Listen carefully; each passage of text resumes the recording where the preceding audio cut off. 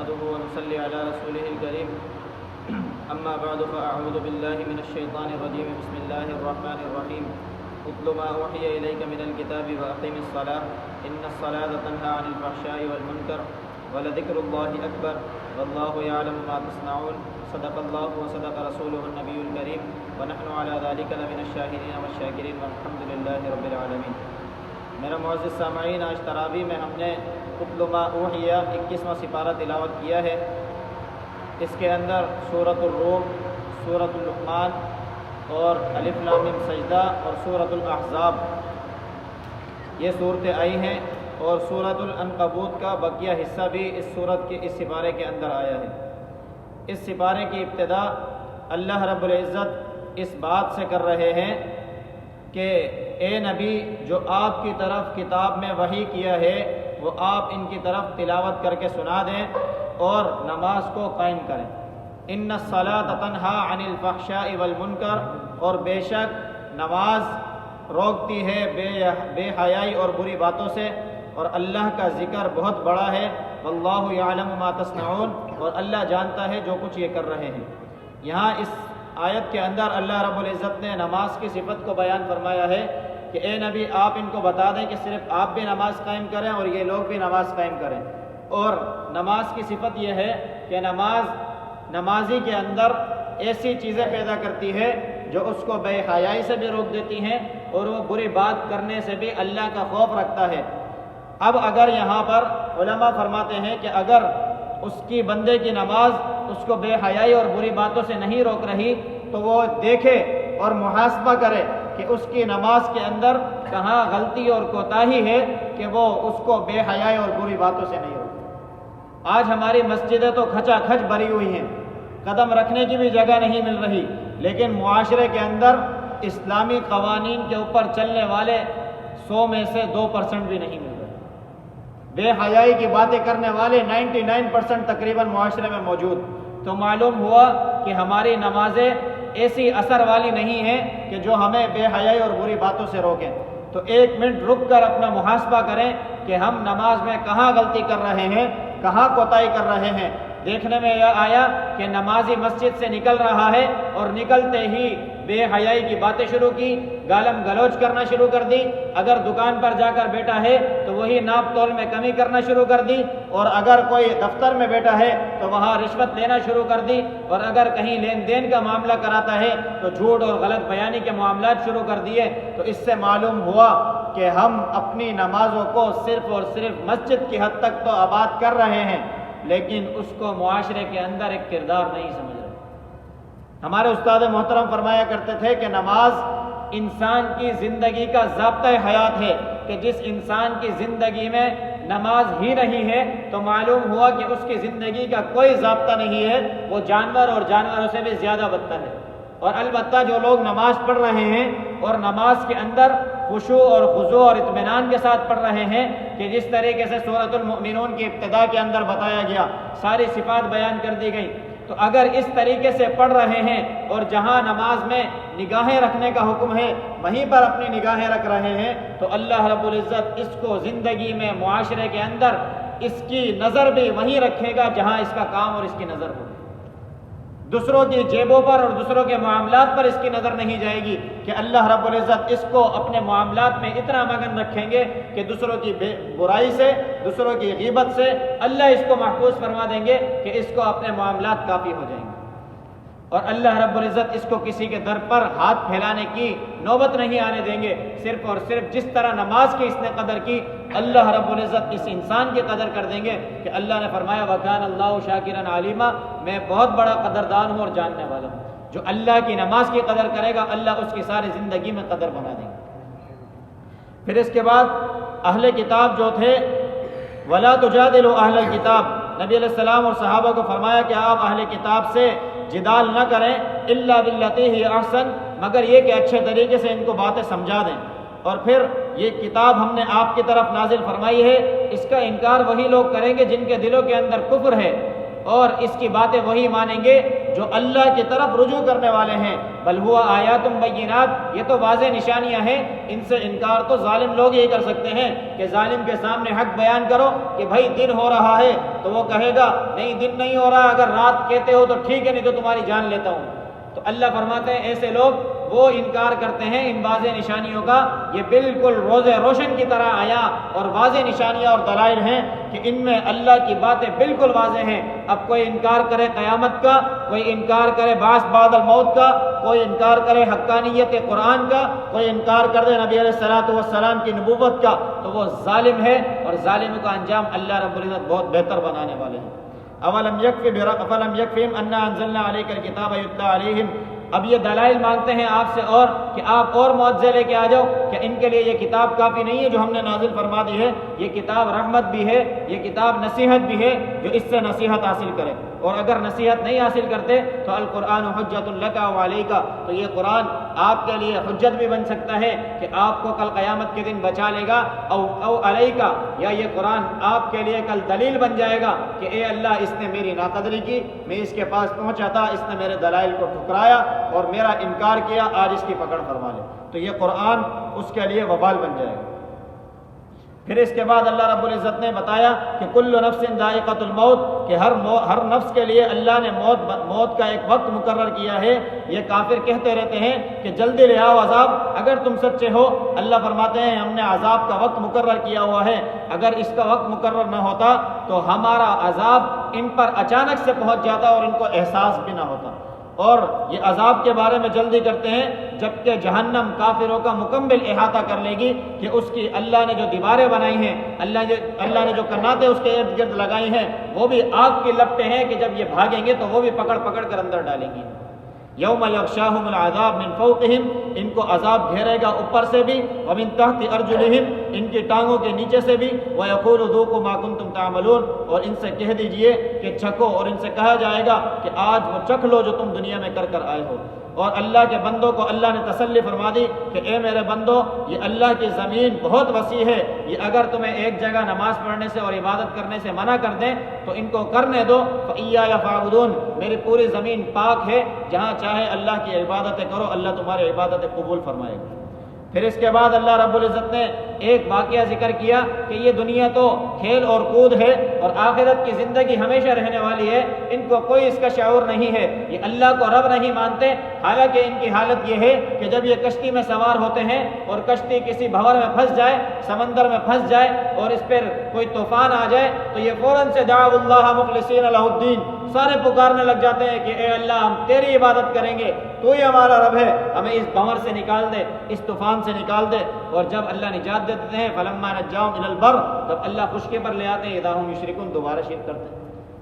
ایک صحابی رسول غالباً حضرت اکرمہ رضی اللہ تعالی عنہ، وہ فرماتے ہیں میں خود جب کفار زمانے میں کفار کے ساتھ ہوا کرتا تھا تو ہم کشتی میں موجود تھے، میرے ساتھ بھی کفاروں نے یہی معاملہ کیا کہ سارے کے سارے جیسے ہی کشتی طوفان میں پھنسی تو اللہ کو پکارنے لگ گئے۔ وہیں اللہ نے میرے دل میں یہ بات ڈالی کہ میں کیا کر رہا ہوں، کیسی غفلت میں پڑا ہوا ہوں کہ ابھی اس طوفان میں پھنسے ہیں تو اللہ کو پکار رہے ہیں، باہر جائیں گے تو عیاشیوں میں لگ جائیں گے اور اللہ کے ساتھ شریک کریں گے، تو میں وہاں اس واقعے کے بعد اللہ کی بارگاہ میں ایمان لے کر آ جاؤں۔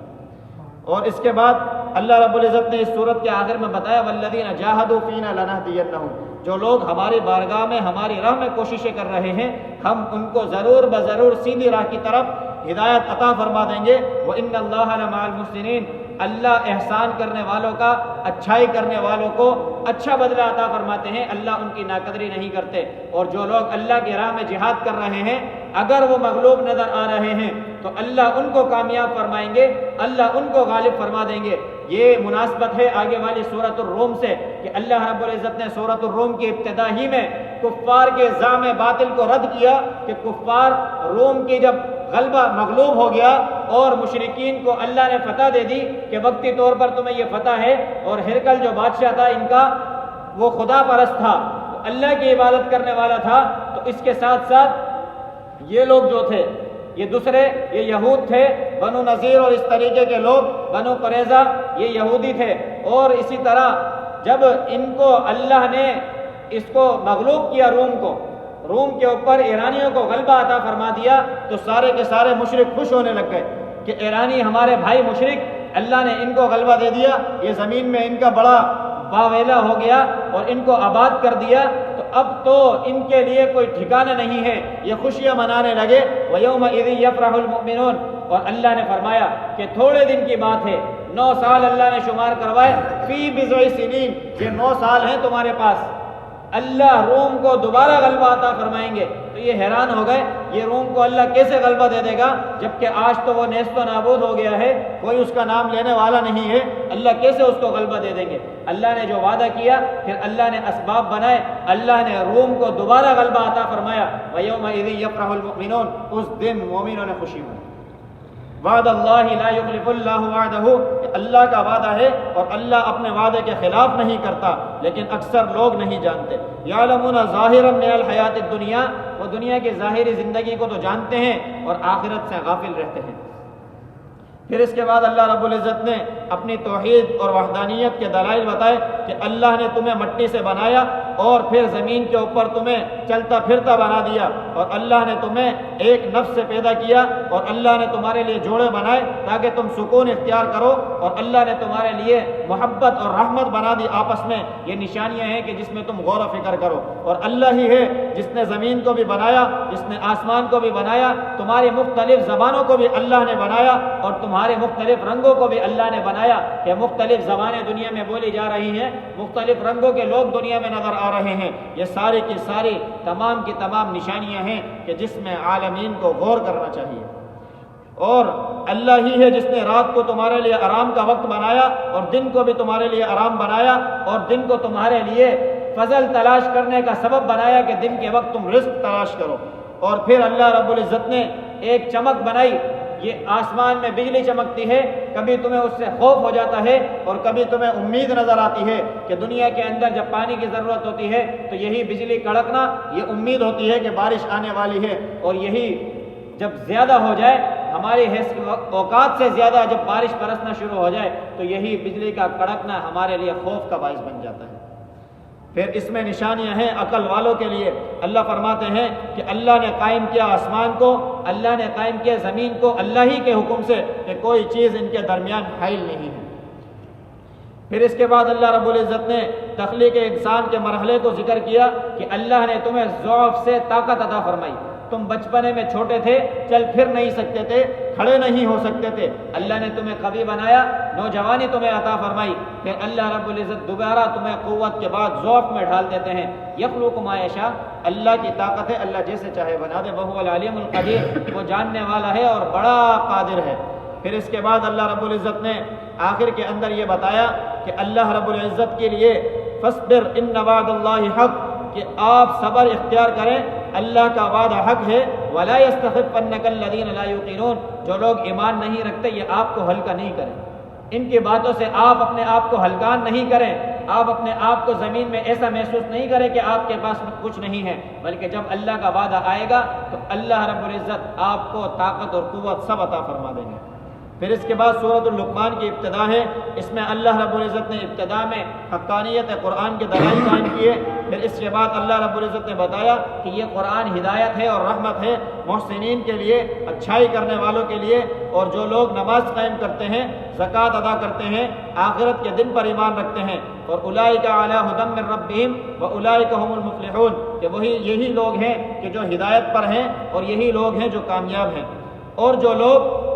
برائی کا سامان خریدتے ہیں، وَمَن یشتری لہو الحدیث لیضل عن سبیل اللہ، بعض کفار یہ کیا کرتے تھے کہ عورتوں کو خرید کر تیار کر کر جہاں پر مسلمانوں کا مجمع ہوا کرتا ان کو سجا دھجا کر کھڑا کر دیا کرتے کہ ان کو مائل کریں، ان کو اسلام سے پھیر دیں اور ان کو برائی کا ارتکاب کرنے پر مجبور کر دیں۔ اللہ فرماتے ہیں کہ یہ لوگ ایسے ہی مذاق بنا رہے ہیں، وَيَتَّخِذَهَا هُزُوًا، اللہ نے ان کو مذاق بنا دیا ہے، أُولَئِكَ لَهُمْ عَذَابٌ مُّهِينٌ، ان کے لیے رسوا کر دینے والا عذاب ہے۔ پھر اس کے بعد اللہ رب العزت نے اپنی توحید کے دلائل بتائے کہ اللہ نے بغیر ستون کے آسمان کو کھڑا کیا، پھر یہ زمین جب بنا دی تو یہ زمین لرز رہی تھی، اللہ نے پہاڑوں کو جما دیا تو اس کا ہلنا بند ہو گیا، اور وبث فیہا من کل دابہ، ہر قسم کے چوپائے جس میں تم رزق کھاتے ہو، گوشت کھاتے ہو، دودھ لیتے ہو، یہ سارے کے سارے اللہ نے بنا دیے۔ اللہ نے پانی آسمانوں سے برسایا، پھر اس سے اللہ نے زمین میں مختلف قسم کے باغات بنا دیے۔ ھذا خلق اللہ فارونی ماذا خلق الذین من دونہ، یہ ساری کی ساری اللہ کی خلقت ہے جس کو تم زمین میں دیکھ رہے ہو۔ بل الظالمون فی ضلال مبین، ان کو دیکھنے کے بعد گمراہی میں وہی شخص رہ سکتا ہے جو بڑی گمراہی میں ہوگا۔ پھر اس کے بعد لقمان علیہ السلام کی باتوں کو ذکر کیا جا رہا ہے۔ یہ وقت کے نبی تو نہیں تھے، البتہ ایک دانا آدمی تھے کہ اللہ نے ان کو حکمت عطا فرمائی تھی، اللہ نے ان کو بڑی علم عطا فرمایا تھا کہ علم کی بنیاد پر یہ اپنے بیٹے کو نصیحت کر رہے ہیں کہ انہوں نے اپنے بیٹے کو کہا کہ اے بیٹا میں تجھے نصیحت کرتا ہوں کہ اللہ کے ساتھ کسی کو شریک نہ کرنا کہ یہ بڑا ظلم ہے، اور والدین کے ساتھ احسان کا معاملہ کرنا کہ والدین نے تمہیں ایک وزن کے بعد دوسرے وزن تک اٹھایا ہے اور 2 سال تک تمہارا وزن اٹھا کے رکھا، پھر 2 سال تک تمہیں دودھ بھی پلایا، تو یہ فصالہ فی عامین، یہاں بتا دیا کہ دودھ پلانے کی مدت جو ہے بچے کو پورے 2 سال ہے، اور دوسری جگہ پر بتایا کہ 30 شہرا کہ حمل اور فصال، دودھ پلانے کی مدت اور حمل کی مدت پورے 30 مہینے بنتی ہے، یعنی اگر اقل مدت حمل جو ہے وہ 6 ماہ بنتی ہے، اور 24 مہینے دودھ پلانے کی مدت ہے کہ اپنے بچوں کو پورے 2 سال رضاعت کرو۔ پھر اس کے بعد جو نصیحت ہے وہ یہ ہے کہ آپ وَإِن جَاهَدَاكَ عَلَىٰ أَن تُشْرِكَ بِي مَا لَيْسَ لَكَ بِهِ عِلْمٌ فَلَا تُطِعْهُمَا، اگر آپ کے ساتھ کوئی جدال کرے، کوئی جھگڑا کرے کہ اللہ کے ساتھ شریک کرو تو ان کی اطاعت نہ کرنا، اور لوگوں کے ساتھ اچھائی کے ساتھ رہنا، یعنی والدین میں سے بھی اگر کوئی حکم دے کہ اللہ کے ساتھ شریک کر دو تو ان کی اطاعت نہیں کرنی، لیکن ان کے ساتھ اچھائی کا معاملہ ضرور کرنا ہے، ان کے ساتھ برائی کا ارتکاب نہیں کرنا۔ بعض صحابہ اکرام رضوان اللہ تعالی علیہ مجمعین ایمان لے آئے تھے لیکن والدین ایمان نہیں لائے تھے، تو اللہ نے ان کی تسلی کے لیے کہ آپ اپنے والدین کے ساتھ اچھائی کا معاملہ کرو، اگر وہ تم پر ظلم کرتے ہیں، زیادتیاں کرتے ہیں، تو آپ صرف اور صرف اس بات میں نہ ماننا کہ اللہ کے ساتھ شریک کسی کو نہ کرنا، باقی ہر بات ان کی مانو، اگر وہ ظلم کرتے ہیں تو ان کا ظلم بھی برداشت کر لو۔ وَاتَّبِعْ سَبِيلَ مَنْ أَنَابَ إِلَيَّ، اور اس راستے کی اتباع کرو جو ہماری طرف تمہیں لے کر آنے والا ہے۔ پھر فرمایا یا بنی ان تک مثقال حبۃ من خردل فتکن فی صخرۃ او فی السماوات او فی الارض یأت بها اللہ ان اللہ لطیف خبیر۔ پھر فرمایا اے بیٹے نماز کو قائم کرنا اور نیکی کا حکم دینا اور برائی سے روکتے رہنا، اور جو کوئی تکلیف تمہیں زمین میں پہنچ جائے اس پر صبر اختیار کرنا، بے شک یہ سارے کے سارے کام جو ہے بڑے عزم والے لوگوں کے کام ہیں کہ ہر چھوٹے موٹے بندے کی یہ بات نہیں ہے۔ وَلَا تُسَعِّرْ خَدَّكَ لِلنَّاسِ وَلَا تَمْشِ فِي الْأَرْضِ مَرَحًا، اور زمین میں اکڑ کر نہ چلنا، اور ہر ایک کے آگے اپنا گال پیش نہ کر دینا کہ آؤ مجھے مارو، بلکہ حق بات ہو تو وہاں ڈٹ جانا، اور زمین میں اکڑ کر کبھی نہ چلنا۔ اللہ رب العزت ہر شیخ باز کو پسند نہیں کرتا۔ پھر اس کے بعد اللہ رب العزت نے اس سورت کے آخر میں یہ بات بتا دی کہ 5 چیزوں کا علم جو ہے وہ اللہ کے پاس ہے، اس میں اللہ کے ساتھ کوئی شریک نہیں ہے، کسی کو ان چیزوں کا علم نہیں ہے، چاہے دنیا میں کوئی بھی شخص ہو۔ وہ 5 چیزیں کیا ہیں کہ ان اللہ عنده علم الساعہ، قیامت کا علم اللہ کے پاس ہے، وینزل الغیث، بارش کب کتنی اور کہاں ہونی ہے یہ اللہ کے پاس علم ہے، ویعلم ما فی الارحام، اور اللہ ہی جانتا ہے کہ یہ عورت کے پیٹ میں کیا چیز ہے اور اس کو آگے جا کر کیا بننا ہے، یہ اللہ کے پاس علم ہے۔ وما تدری نفس ماذا تکسب غدا، اور اللہ جانتے ہیں کہ نفس نے، اس انسان نے، اس بندے نے کل کیا کمانا ہے اور یہ کیا کرے گا، یہ صرف اور صرف اللہ کے پاس علم ہے۔ وما تدری نفس بأي ارض تموت، اور یہ علم بھی اللہ کے پاس ہے کہ یہ شخص کب اور کس جگہ مرے گا، یہ صرف اللہ کو پتہ ہے۔ ان اللہ علیم خبیر، بے شک اللہ جاننے والا اور خبردار ہے۔ پھر اس کے بعد سورۃ الف لام میم السجدہ کی ابتدا ہے کہ اس میں اللہ رب العزت نے اپنی توحید بھی بتائی، حقانیت قرآن بھی بتائی۔ پھر اس کے بعد اللہ رب العزت نے اس سورت کے اندر موسیٰ علیہ السلام کے واقعے کو بھی ذکر کیا کہ موسیٰ علیہ السلام کے ساتھ جس طرح مظالم فرعونیوں نے کیے اور اس طریقے سے ان لوگوں کے ساتھ ظلم کیا گیا وہ اللہ جانتا ہے۔ اور اس کے اندر یہ بتا دیا گیا کہ مومن وہ ہیں کہ اللہ کے جب ان کے سامنے اللہ کی آیتیں پڑھی جاتی ہیں تو وہ اللہ کے سامنے سجدہ ریز ہو جاتے ہیں، اللہ کی تسبیح بیان کرتے ہیں، اللہ کی حمد بیان کرتے ہیں، اللہ کی آیتوں کے آگے ڈٹ کر کھڑے نہیں ہوتے۔ تتجافى جنوبهم عن المضاجع يدعون ربهم خوفا وطمعا، اور ان کی کروٹیں بدلتے اٹھتے بیٹھتے یہ اللہ کا ذکر کرتے ہیں، خوف میں امید میں یہ اللہ کو یاد رکھتے ہیں، اور جو مال اللہ نے ان کو دیا ہے وہ اللہ کی راہ میں خرچ کرتے ہیں۔ پھر اس کے بعد اللہ نے فرمایا کہ ان ربک هو یفصل بینہم یوم القیامہ، کہ یہ کفار جو بھی کر رہے ہیں، جو بھی معاملات کر رہے ہیں، اللہ کل قیامت کے دن فیصلہ فرما دیں گے جو یہ اختلاف زمین میں برپا کر رہے ہیں۔ اولم یہد لہم کم اہلکنا من قبلہم من القرون یمشون فی مساکنہم، اس سے پہلے کتنی بستیوں کو اللہ نے ہلاک کر دیا جو زمین میں اپنے گھروں میں رہ رہی تھی۔ ان فی ذلک لآیات، اس میں نشانیاں ہیں اور اس میں سننے والوں کے لیے نشانی اور عبرت ہے کہ وہ اس سے نصیحت حاصل کریں۔ پھر فرمایا قل یوم الفتح لا ينفع الذین کفروا ایمانہم ولا هم ینظرون، کہ فتح والا دن ان کو بتا دیں کہ جس دن اللہ فتح عطا فرمائیں گے اس دن یعنی کل قیامت کے دن کافروں کو ان کا ایمان لانا کوئی فائدہ نہیں۔ لا ينفع الذین کفروا ایمانہم، ان کافروں کو ان کا ایمان کوئی فائدہ نہیں دے گا، ولا هم ینظرون، اور نہ ہی ان کو مہلت دی جائے گی۔ فاعرض عنہم، ان سے اعراض کرو، وانتظر، اور انتظار کرو، لہم منتظرون، اور ہم بھی انتظار کرنے والوں میں سے۔ پھر اس کے بعد سورۃ الاحزاب کی ابتدا ہے۔ سورۃ الاحزاب کا نام احزاب اس لیے رکھا گیا کہ اس میں غزوہ خندق جس کو کہا جاتا ہے احزاب، اس کا ذکر ہے کہ اس کے اندر بہت سارے لشکروں نے مل کر اسلام کے خلاف سازش کی اور مسلمانوں کے اوپر حملہ کیا۔ یہ مدینہ کی وادی اس طرح نظر آتی ہے کہ یہاں مسلمان تھے، یہاں پر یہودی تھے، یہاں مشرکین تھے۔ ابو سفیان جو سرداران مدینہ اس وقت تھا، اس نے اپنے ساتھ ان یہودیوں کو بنو قریظہ اور بنو نذیر کو ملایا کہ تم اوپر کی طرف سے مسلمانوں پر حملہ کرو، ہم نیچے کی طرف سے حملہ کریں گے اور مسلمانوں کو بھاگنے کی جگہ نہیں ملے گی۔ حالانکہ ان یہودیوں کا مسلمانوں کے ساتھ اس وقت صلح کا معاہدہ ہوا تھا کہ کوئی دشمن ہمارے خلاف سازش کرنا چاہے تو تم اس کی مدد نہیں کرو گے اور نہ ہی تم ہمارے خلاف اعلان جنگ کرو گے۔ پھر بھی انہوں نے ابو سفیان رضی اللہ عنہ جو بعد میں ایمان لے آئے تھے ان کے ساتھ مل کر مسلمانوں کے خلاف چڑھائی کی۔ تو پھر اس وقت سلمان فارسی رضی اللہ تعالی عنہ نے مشورہ دیا کہ ہمارے ساتھ فارس میں جب اس طریقے کے معاملے ہوا کرتے تو ہم خندقیں کھود لیا کرتے تھے کہ اس کی وجہ سے ہماری بچت ہو جایا کرتی تھی۔ تو نبی علیہ الصلوۃ والسلام نے ان کے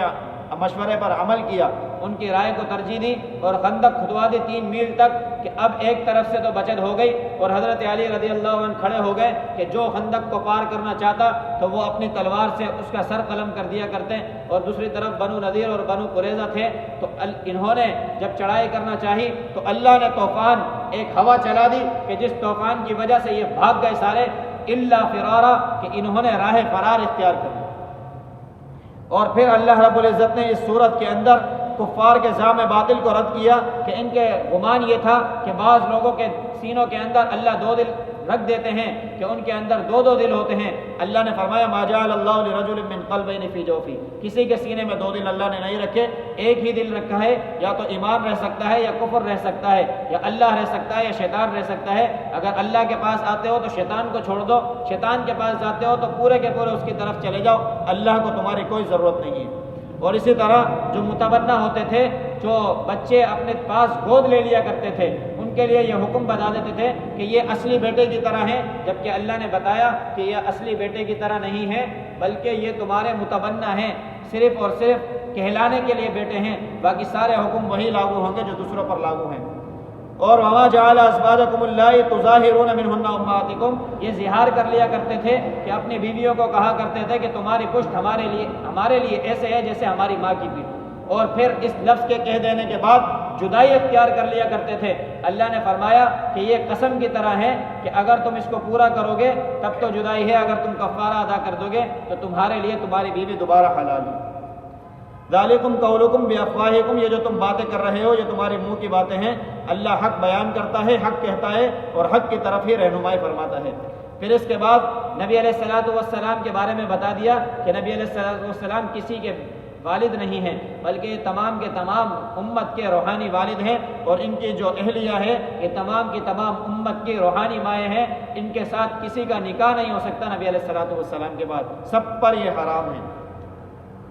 پھر اس کے بعد اللہ رب العزت نے بتایا کہ اللہ رب العزت نے اس غزوہ خندق کے اندر بعض مسلمان ایسے تھے کہ جنہوں نے جب کفار کو دیکھا اور اللہ کے فرشتوں کو اترتا ہوا دیکھا تو انہوں نے کہا کہ اللہ نے اپنا وعدہ اور نبی علیہ الصلوۃ والسلام نے جو وعدہ کیا وہ سچ کر دکھایا۔ من المؤمنین رجال صدقوا، بعض نے اس کی تصدیق کی اور بعض نے جو ہے اپنی نظر کو پورا کیا، جس میں انس بن نضر رضی اللہ تعالی عنہ ہے کہ انہوں نے اپنی نظر کو پورا کیا، اور اللہ نے وہ موت کی حالت میں کشمکش میں تھے، اللہ نے اس وقت تک ان کو زندہ رکھا جب تک کہ انہوں نے مسلمانوں کی فتح نہ دیکھ لی۔ اللہ سے انہوں نے نیت کی تھی کہ اللہ مجھے مسلمانوں کو کامیاب ہوتا ہوا دیکھنا ہے، تو اللہ نے ان کی نظر کو بھی پورا کر دیا، اللہ نے ان کی نظر کو بدلا نہیں۔ پھر اس کے بعد اللہ رب العزت نے یہ بات بتا دی کہ اللہ نے کفار کو ان کے غیظ و غضب کے ساتھ پورا کا پورا لوٹا دیا، اللہ نے ان کا غضب انہی پر مار دیا، لم ینالوا خیرا، انہوں نے کوئی خیر نہیں پائی، اللہ مومنوں کے لیے کافی ہو گیا۔ وکفی اللہ المؤمنین القتال وکان اللہ قویا عزیزا، اللہ رب العزت قوی ہے اور زبردست ہے، غالب ہے۔ پھر اللہ رب العزت فرماتے ہیں کہ ہم نے ان کو ان زمینوں کا مالک بنایا، وَأَوْرَثَكُمْ أَرْضَهُمْ، کہ ہم نے تمہیں زمینوں کا مالک بنایا، تمہارے گھروں کا مالک بنایا، تمہارے مالوں کا مالک بنایا، وَأَرْضًا لَمْ تَطَعُوهَا، اور وہ زمینیں بھی تمہیں ہم نے عطا فرما دی جس زمینوں پر تم نے قدم بھی نہیں رکھا، کہ کفار مسلمانوں کے خوف سے ہی وہ زمینیں چھوڑ کر چلے گئے۔ تو اللہ فرماتے ہیں وَكَانَ اللَّهُ عَلَى كُلِّ شَيْءٍ قَدِيرًا، بے شک اللہ رب العزت ہر شے پر قادر ہے۔ دعا ہے کہ اللہ رب العزت خود مجھے بھی سمجھ عطا فرمائے، آپ تمام میں سے ہر ایک کو سمجھ عطا فرما دے۔ وآخر دعوانا الحمدللہ رب العالمین والعاقبۃ للمتقین والصلاۃ والسلام علی سید الانبیاء والمرسلین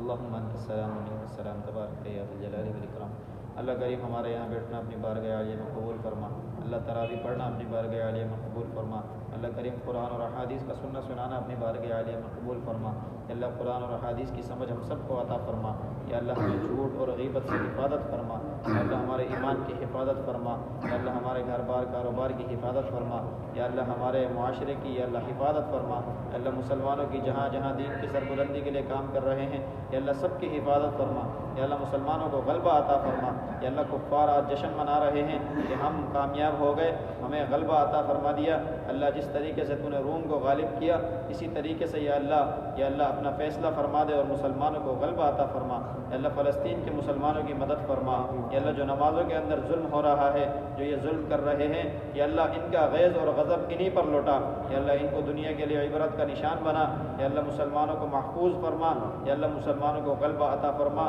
یا اللہ مسلمانوں کی عزت آبرو گھر بار کاروبار کی حفاظت فرما، یا اللہ جتنے بے گھر ہو رہے ہیں، یا اللہ جتنوں کی عزتیں یہ برباد کر رہے ہیں، یا اللہ ان سب کی عزتوں کو ناموس کو یا اللہ محفوظ فرما، یا اللہ ان کی عزتوں کو یا اللہ تو پار پار کر دے، یا اللہ جتنے ہمارے پریشان حال ہیں، بیمار ہیں، مصیبت زدہ ہیں، یا اللہ تمام کی بیماریوں کو، پریشانیوں کو، مصیبتوں کو دور فرما، یا اللہ جتنے بے روزگار ہیں یا اللہ تمام کو حلال طیب روزگار عطا فرما، یا اللہ جتنے پیارے ہمارے اس دنیا سے چلے گئے اللہ سب کی کامل بخشش فرما، وصلی اللہ تعالی علی رسول خیر خلقہ محمد وعلی آلہ واصحابہ اجمعین، آمین برحمتک۔